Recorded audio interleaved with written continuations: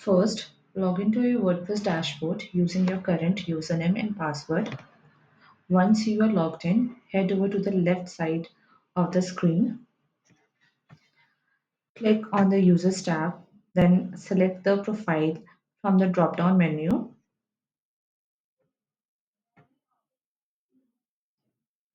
Scroll down the page until you reach the Account Management section.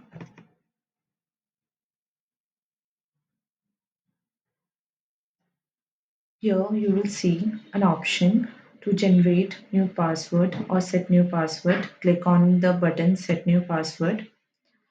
WordPress will suggest a strong password for you.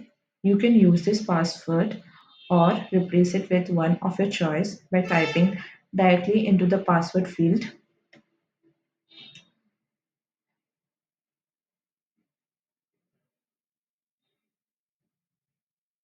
Once you have entered your new password, scroll to the bottom of the page and click the Update Profile button to save the changes.